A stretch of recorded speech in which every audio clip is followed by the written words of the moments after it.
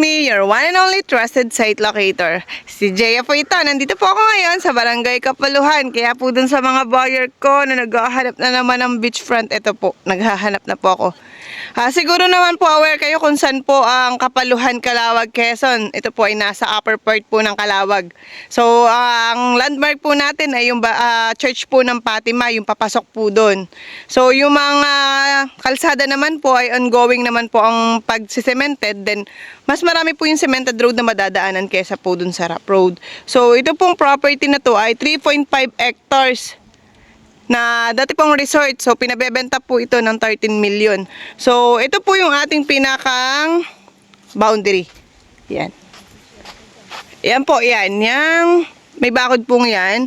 Paikot po doon. So, ito po yung ano ng kalsada na, ng shoreline natin. So, samahan nyo nga po kami, ma'am. Papunta sa loob. So, yung yun po ay kay Vice Ganda. Katanawan po natin sila, yan. Yung area yun.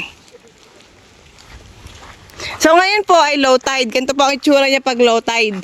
Then, pag high tide naman po, hanggang dito naman po yung tubig.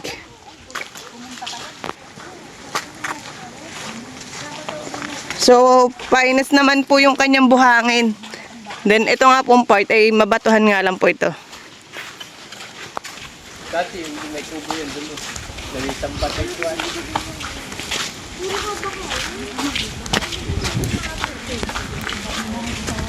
So, ito po yung ating area.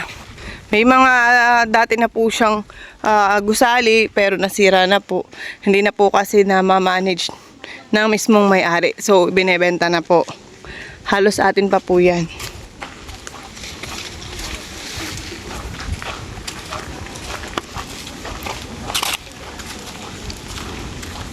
Ito po ay buong binebenta. White sand pala dito. Ano po? White sand.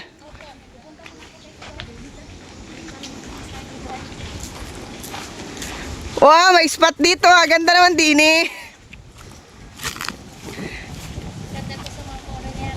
Oo.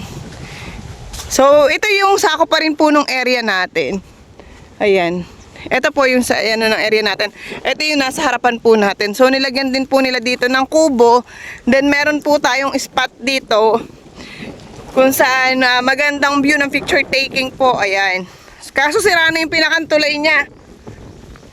So, yun po yung may spot na pwede nyo maging picture takingan. Yan. So, ito yung ating pinakang dagat.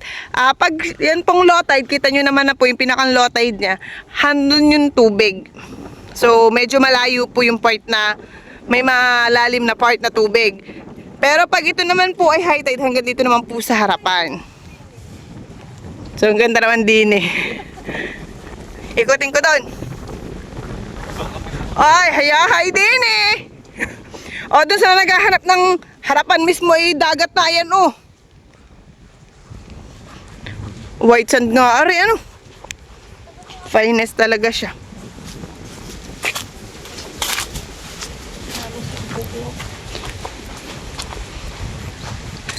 Sayang yung mga gusali ano. May mga Dati up and down yan, may aircon yan. Lahat yan ay tatlong aircon. bakit ayaw na? Wala na po yung may-ari na andun ng apo sa Manila. Hindi na sila dito. Nag-uuwian lang sila pag summer. Ay. So, yung ganda pa man din ay lawak pa ng harapan. Mabuhangin din maputi po ito. Talagang wala dito wala dito mangrove. Talagang harap mo'y dagat na.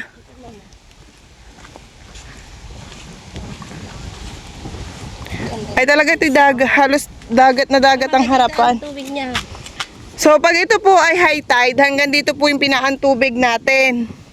So malapit po yung paliligo. Din nga lang po, pag low tide, ay medyo malayo-layo.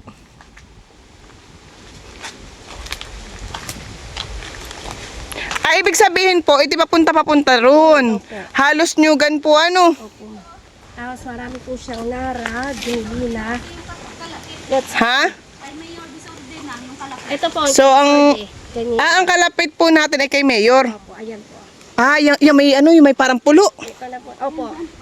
So, ang ka-boundary po natin dito ay yung kay Mayor Bisorde po. Ito ang boundary na. So, makikita na po natin yung pinakang boundary. Ganda talaga ito. Oh. Ito ngayon talaga. Pino po talaga yung ano, buhangin niya, oh. Oh. Yan. So, ayan yung boundary po natin, yung bakod na yan. Ay, ganda nung ano-ano. Bagay, pwede naman puntahan yun. Wala namang may-ari nun ay. Yung pulo po, maganda po yan. Talagang yan ang inaano din nila. Meron yan si dyan sa loob yan. Oh, dinevelop yun. Hindi po, ano lang po, pag may mga naliligo dyan, nagpupuntahan. Oh, pinakang tourist spot po nila yan, ano. So, itong kalapit po natin ay sa Mayor. So, ito yung pinakang boundary po natin. Bali, ito po ay puro puno ng nyog, tsaka po may mga punong kahoy ng Nara, tsaka po Jimelina. So, makita mo po, mas marami po yung mga punong kahoy. Almost Nara yun, ah. So, puro nyug po siya. Maganda rito maging camping site, oh. Ang daming pwedeng ipinch ng tent. Pwede rin dito maglagay ng volleyball. Pwede mag-volleyball dito. So, kailangan lang talagang palinis pa para at least kitang-kita po. Accessible po ang 4 wheels dito, ano? Saan po ang pinakandaan natin? Dito sa kabila. Yung ginawa pong kalsada dun, no? So, ito po ay may kalsada dito po sa kabilang part na dinadaanan para po pasok yung 4 wheels. Pero dito kami dumaan sa kabila kung saan pasok din naman po yung 4 wheels natin.